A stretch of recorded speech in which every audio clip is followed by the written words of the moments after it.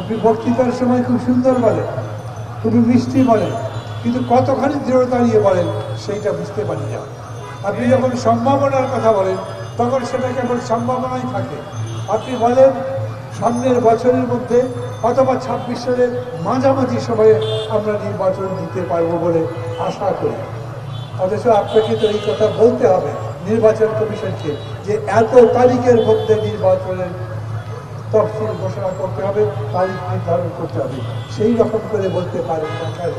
আমি আবার বলি, একজন মানুষ বাংলাদেশের মধ্যে দাবি তোলার মতো করেছিল জাতীয় সঙ্গীত বদলে দিতে হবে। সমস্ত মানুষের মন খারাপ হয়েছিল।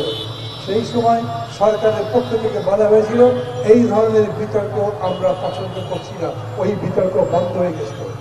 আজও আমি বলি, যারা অতীত ঘেটে ঘেটে কাদা খুঁচিয়ে খুঁচিয়ে আবার পুনর্বার জাগ্রত করবার চেষ্টা করছে, তাদের সম্পর্কে এখনই সতর্ক বার্তা দেয়। আপনি কার উপরে বাস করছেন তা জানেন না। এই যে সরকার, এই সরকার কি একটা সরকার নাকি সরকারের মধ্যে দুইটা সরকার? কারণ সরকারি উপদেষ্টাগুলো একাধিক রকম কথা বলে। সরকারি উপদেষ্টাদের মধ্যে বিশেষ করে যারা তরুণ আছেন তারা সবসময় র্যাডিক্যাল কথা বলেন। তারা যে সমস্ত দাবি দেন সেই দাবিগুলোর প্রতি হয়তো মানুষের সমর্থন থাকে, কিন্তু সরকারের পক্ষ থেকে সেই ব্যাপারে কোনো উদ্যোগ গ্রহণ করা হয় না। দ্বিতীয় বিষয়, লঞ্চের মধ্যে যেরকম করে খুনের ঘটনা ঘটত এবং যারা প্রত্যক্ষদর্শী ওই এলাকায় যারা থাকেন তাদের সঙ্গে কথাবার্তা বলেছেন, আপনারাও মানে মিডিয়ার লোক, অন্যান্য মানুষ তারা বলেছেন এই ধরনের ডাকাতির ঘটনা অহরহ নদীর পক্ষে হয়ে যাচ্ছে। তার মানে আপনারা যতই বলেন আপনারা আগের পরিস্থিতি বদলে দিতে পেরেছেন, এরকম কিছু করেননি। নদীর মধ্যে লঞ্চ ডাকাতি, এইদিকে জিনিসপত্রের দাম হু করে বেড়ে যাওয়া, আমরা যতই বলি সেটা নিয়ন্ত্রণের কোনো ব্যবস্থা করতে পারিনি।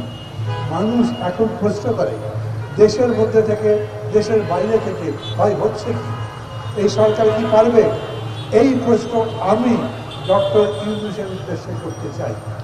মানুষের কাছে শুনলে জানা যায় না, এবং সেই জানা অনুযায়ী তৎপরতা করে এজেন্সি ইন্টেলিজেন্সের লোকজন মানুষগুলোকে বার করতে পারতো না। আমি যদি এখন প্রশ্ন করি, ওরা বিবৃতি দিয়েই জিনিসটা শেষ করতে চায় সম্ভবত, না হলে এটা এখানে ঘুরে থাকতে পারতো না।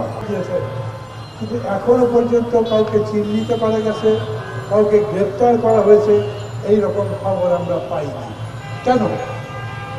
মানে এটা কি এতই কঠিন? যারা জুতার মালা পরিয়ে একজন মুক্তিযোদ্ধার এত বড় অবমাননা করলো, তাদের কোনো ভিডিও ফুটেজ নাই?